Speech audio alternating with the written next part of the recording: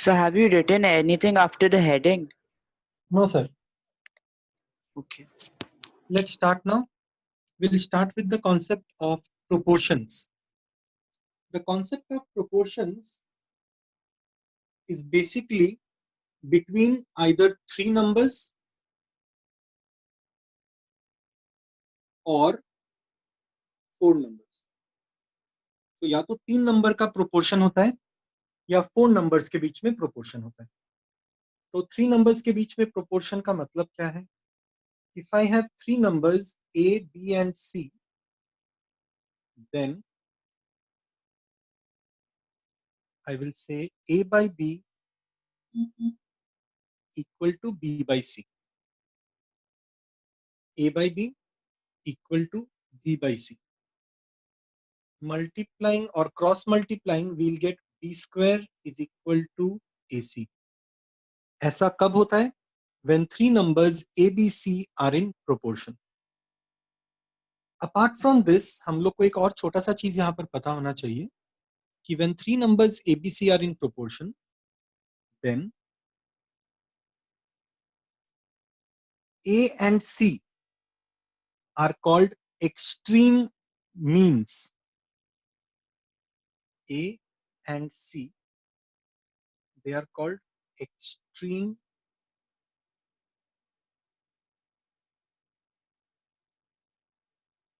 terms.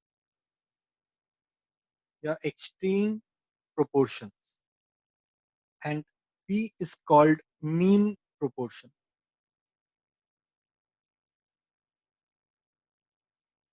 Yeah, mean term. So out of ABC, A and C are called extreme terms, yeah, extreme proportions, and B is called mean proportion. Collectively, we can write A by B equal to B by C, or in other words, B square is equal to AC. Similarly, when four numbers A, B, C, D are in proportion, we will say that A by B equal to C by D. Okay? A by B equal to C by D. यहाँ पर A and D are called extreme terms या extreme proportions, and B and C are called mean terms या mean proportions. Cross multiplying, we'll get A into D is equal to B into C. Okay. Next, एक term हम लोग सीखेंगे known as continued proportion. Continued, इसके ऊपर question बहुत commonly पूछा जाता है. Continued proportion. What this means is that if there are three numbers in continued proportion, then we will write A by B equal to B by C equal to C by D. क्या ये बात समझ में आया? First by second equal to second by third is equal to third by fourth and so on. To solve such sums, हम लोग पूरा चीज को equal to पहले K ले लेंगे. तो C कितना बनेगा बोलो? K multiplied by D. Therefore, B कितना बनेगा? K multiplied by C. How much was C? K into D. ये बन जाएगा K square into D. Similarly, how much will be A? K times B. What was B? K square D. तो ये बन जाएगा K cube D. तो ultimately क्या हुआ? हम लोग को A, B, C, D सब कुछ D के टर्म्स में मिल गया. This is known as continued proportion. This part is specially important.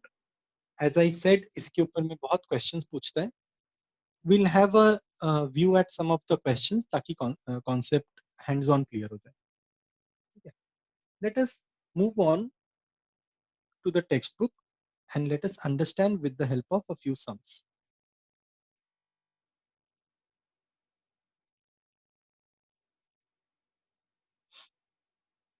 Can everyone see the textbook?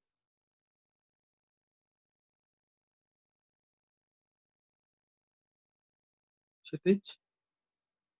हाँ सर. तो देखो ये वाला पार्ट तो हम लोग का हो गया था, तो विल क्विकली मूव अहेड.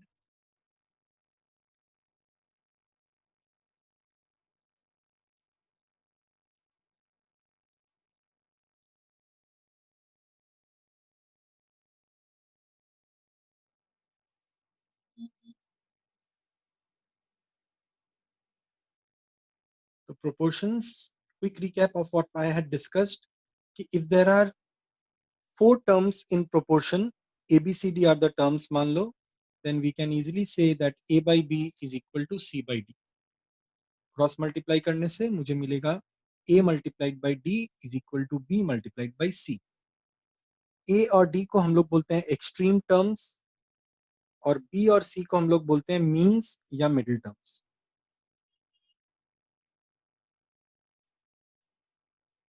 ऐसा भी बोल सकते हैं कि A, B, C, D are the 4 terms in proportion. Therefore, first term is A, second term is B, third term is C, fourth term is D. We can also say first proportion is A, second proportion is B, third proportion is C, and the fourth proportion is D.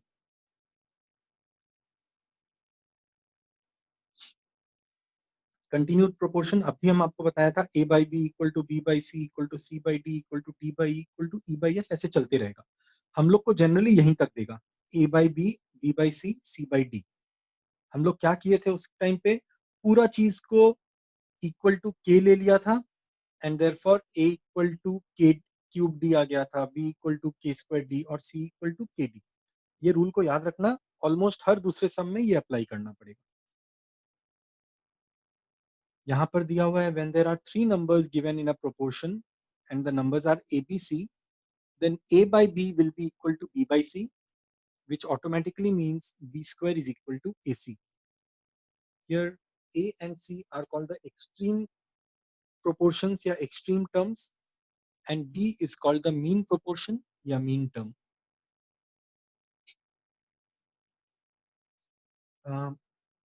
A by B equal to अगर B by C लिखेंगे तो B square is equal to AC आएगा, which also means B is equal to square root of A multiplied by C. Let us take up a few examples. Example number 2 करते हैं. Everybody have a look at the question, फिर I'll explain.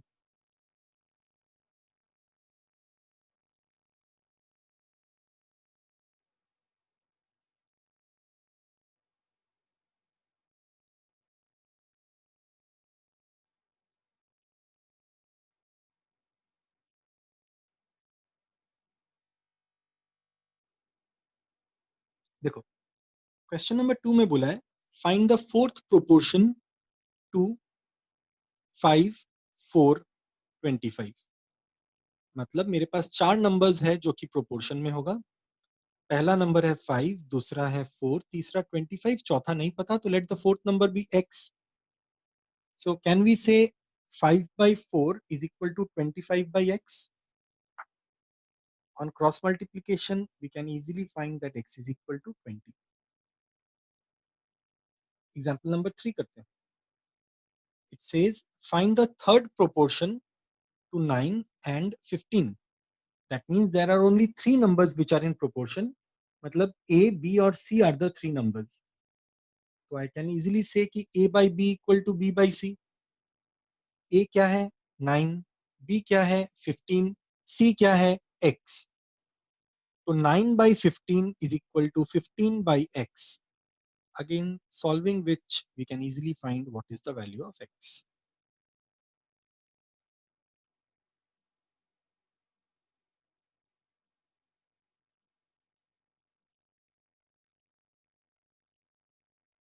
Number 5.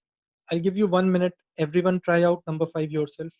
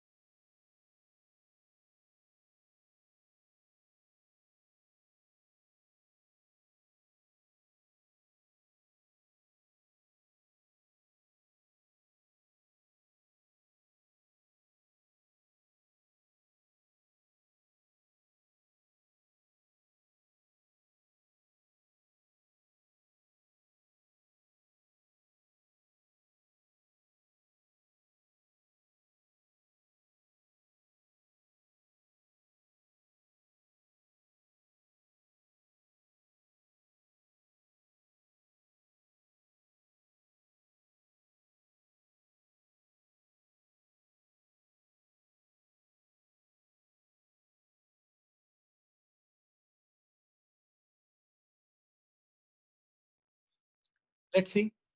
Find the mean proportion of 36.3 and 2.7. मतलब 3 numbers are in proportion, of which A is equal to 36.3, B equal to 2.7. Sorry, A is equal to 36.3, B is not given to us, and C is equal to 2.7. That means A by B equal to B by C करेंगे, B square is equal to AC करेंगे, and finally B will be equal to root over A into C. A कितना है 36.3 and C कितना है 2.7. Put the value, you will directly get the answer 9.9. अब करते हैं ये वाला number 7. Very good question, very popular question. What number must be added to each of these numbers? तो मेरे पास 4 numbers available हैं, चारों नंबर में एक पर्टिकुलर नंबर ऐड करना है so that the result that you get are in proportion. तो वो नंबर जो इन चारों में ऐड करना है वो तो मुझे पता नहीं है how much the value is. Let that new number be equal to x. Therefore, my numbers will become 6 plus x, 15 plus x, 20 plus x, 43 plus x.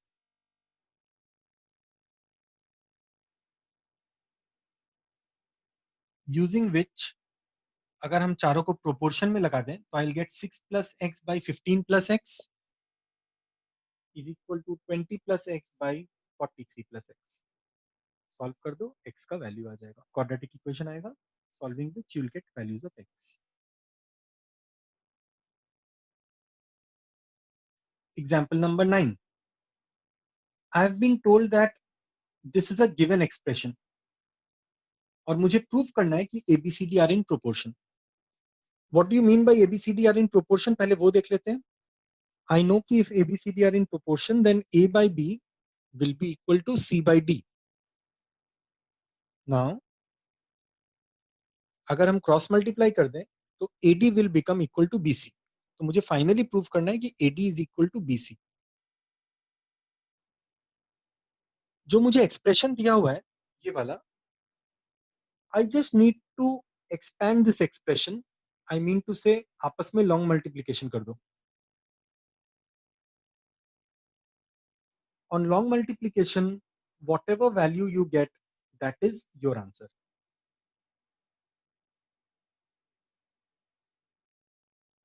We'll notice after cancelling all the terms on right hand side and left hand side, finally we are left behind with this expression, which can be rewritten as AD minus BC का whole square. अगर हम square को उधर ले जाके zero के संग cancel out कर दें तो AD minus BC becomes equal to 0. मतलब AD is equal to BC आ जाएगा, which actually means that the terms ABCD are in proportion. ठीक है, बहुत अच्छा क्वेश्चन है ये वाला.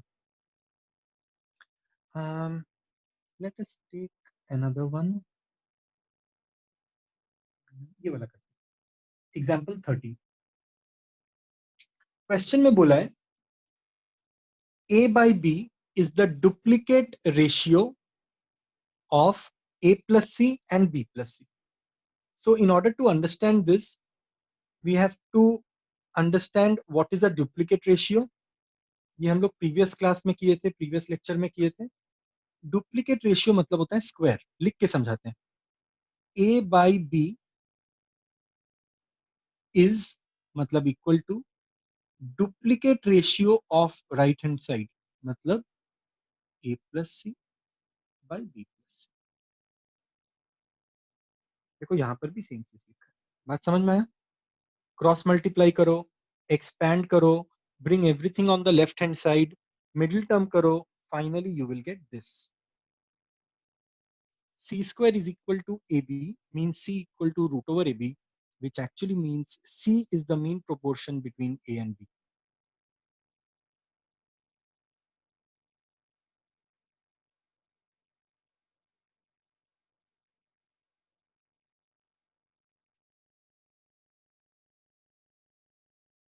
A very important category which often comes in the exam is this type of question. Example 15.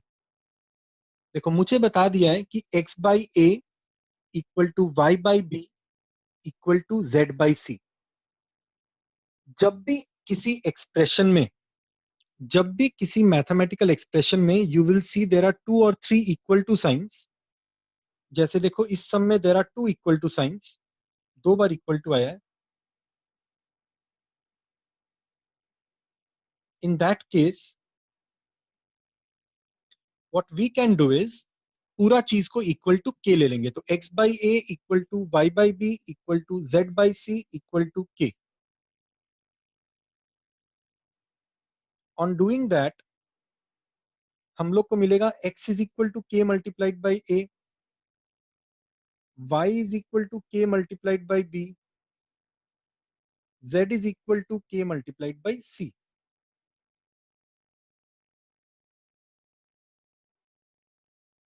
अब ये जो भी एक्सप्रेशन यहाँ पे दिया हुआ है इसको देख के डरना मत। ये एक्सप्रेशन में कुछ भी नहीं है, this is just to scare you out, और कुछ भी काम नहीं है इसका। ये जितना भी कॉम्प्लिकेटेड दे, हर सम का प्रोसेस बड़ा सिंपल है। x के जगह पर के ए बैठा दो, y के जगह पर के बी बैठा दो, z के जगह पर के सी बैठा दो। तो कहां कहां सब्सटीट्यूशन होगा, let me quickly show you.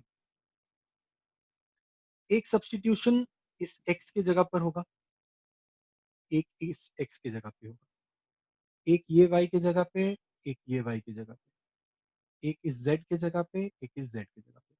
तो we just need to substitute x का वैल्यू, y का वैल्यू, z का value on the left hand side. Same way में राइट हैंड साइड में भी यहाँ पे न्यूमरेटर में देखो एक्स वाई जेड लिखा हुआ है, तो simply substitute the value, nothing else. यहाँ पे जैसे किया गया, एक्स का वैल्यू, वाई का वैल्यू, जेड का वैल्यू। डूइंग सो ऊपर नीचे टर्म्स कट जाएगा, ऐसे ये वाला टर्म और ये वाला टर्म। यहाँ पे बचा क्या देखो, के स्क्वायर बाई के, मतलब ओनली के जिसके पावर में 3/2 था, that is the answer. Same way में राइट हैंड साइड सॉल्व करेंगे, एक्स वाई जेड का वैल्यू बैठाएंगे, you will also get k to the power 3/2। Any questions?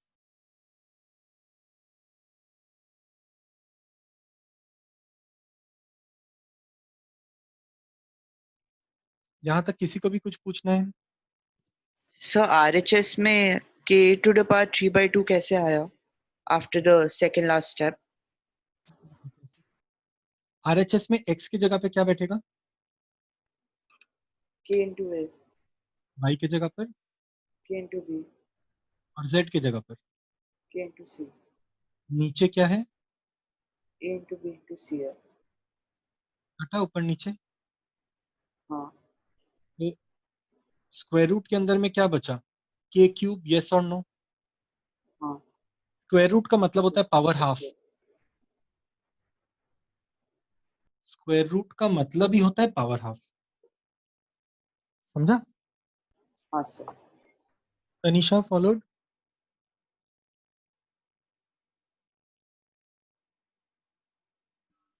Yes, sir.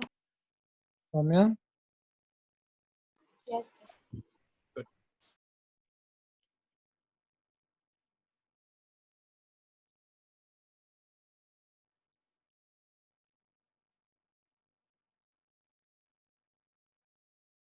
This again is a simple one.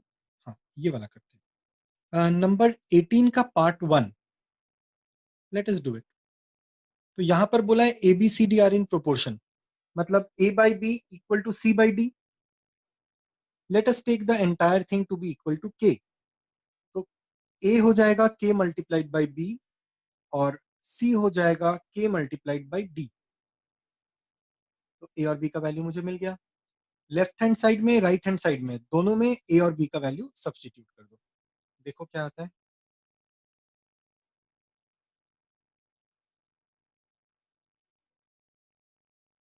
ये के square plus 7 और k square plus 7, 2k square plus 7 and 2k plus 7 cut जाएगा, जो बचेगा that is b by d। Same for the right hand side and the left hand side. Let us take another category of sum। ये last, number 21। मुझे एक expression दिया हुआ है, इसमें देखो अगेन 2 इक्वल टू है, तो इट इज इजी अगर हम पूरा चीज को इक्वल टू के ले लें। So substitute entire thing equal to k. So how much will be x? X will be k multiplied by b minus c. Y will be k multiplied by c minus a. Z will be k multiplied by a minus b. When I take the value of x, it will come x is equal to k into b minus c. Y will come k into c minus a, and z will come k into a minus b. इस पूरे expression को यहाँ पर बैठा दो, x y Z की जगह, bracket open कर दो, you will see answer comes out to be 0. ठीक है, इसके बाद एक छोटा सा एक्सरसाइज है, वो करना है. 21 sums only, not much difficult. Let's start and try and finish this exercise. पहले आप लोग ऑफ कोर्स रेशियो का जो पेंडिंग वर्क है वो कंप्लीट करेगा, एंड उसके बाद ये वाला हम लोग कंप्लीट